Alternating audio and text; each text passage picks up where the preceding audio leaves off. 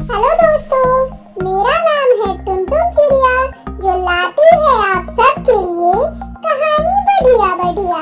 आज जो कहानी मैं आपके लिए लेकर आई हूँ वो कहानी है मेरे दोस्त मिट्ठू तोते की। अब सबको पता ही है कि तोते को अमरूद खाना कितना पसंद होता है, वैसे ही मिट्ठू तोते को भी अमरूद खाना बहुत पसंद था। लेकिन इस बार वो अमरूद नहीं खा पाया।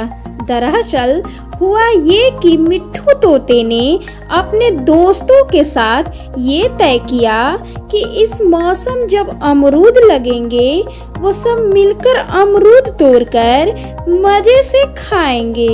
अब उन्होंने बहुत इंतजार किया।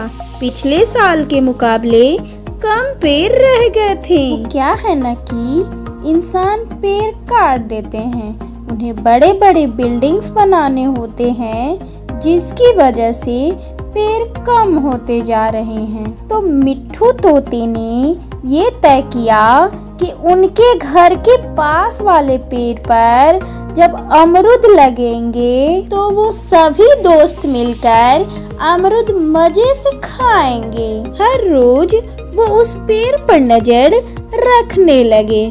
फिर वो दिन आया जब उस पेड़ पर अमरूद लग गए थे।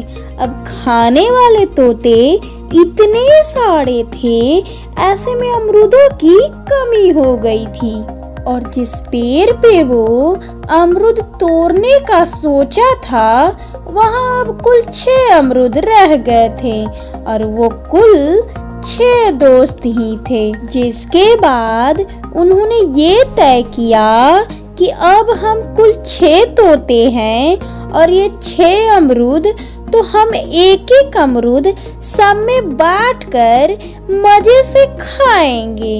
लेकिन तभी मिट्ठू तोते के मन में लालच आ गई और उसने सोचा कि मैं अगर कुछ हफ्ते और इंतजार करूंगा तो फिर मैं उन सभी अमरूदों को अकेला खा पाऊंगा। जिसके बाद मिट्ठू तोते ने अपने दोस्तों से कहा, मैं नहीं खाऊंगा, एक काम करो, तुम मेरे हिस्से का भी अमरूद खा लो। जिसके बाद मिट्ठू तोते का दोस्त उसके हिस्से का भी अमरूद खा लिया। फिर अगले दिन से मिट्ठू तोता उस पेड़ पर नजर रख रहा था कि कब अमरूद उगेंगे और कब वह मजे से अमरूद खाएगा। और फिर कुछ हफ्ते बाद जब वो दिन आया तो मिट्ठू तोता अमरूद तोड़ने जा रहा था। तब वो हैरान और परेशान रह गया क्योंकि वहाँ पर वो पेड़ ही नहीं था।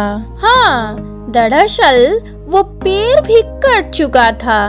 मिट्ठू तोते को ये बात पता लगा कि वो पेड़ भी इंसानों ने काट दिया है और फिर मिट्ठू तोते को यह समझ आया कि उसे लालच नहीं करनी चाहिए थी।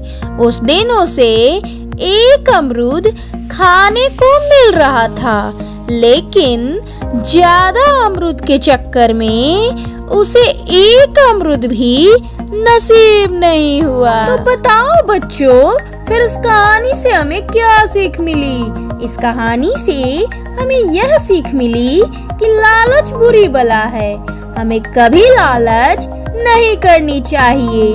आज की कहानी यहीं पे समाप्त हुई। फिर मिलूंगी एक नई कहानी के साथ। तब तक के लिए बाय बाय बच्चों।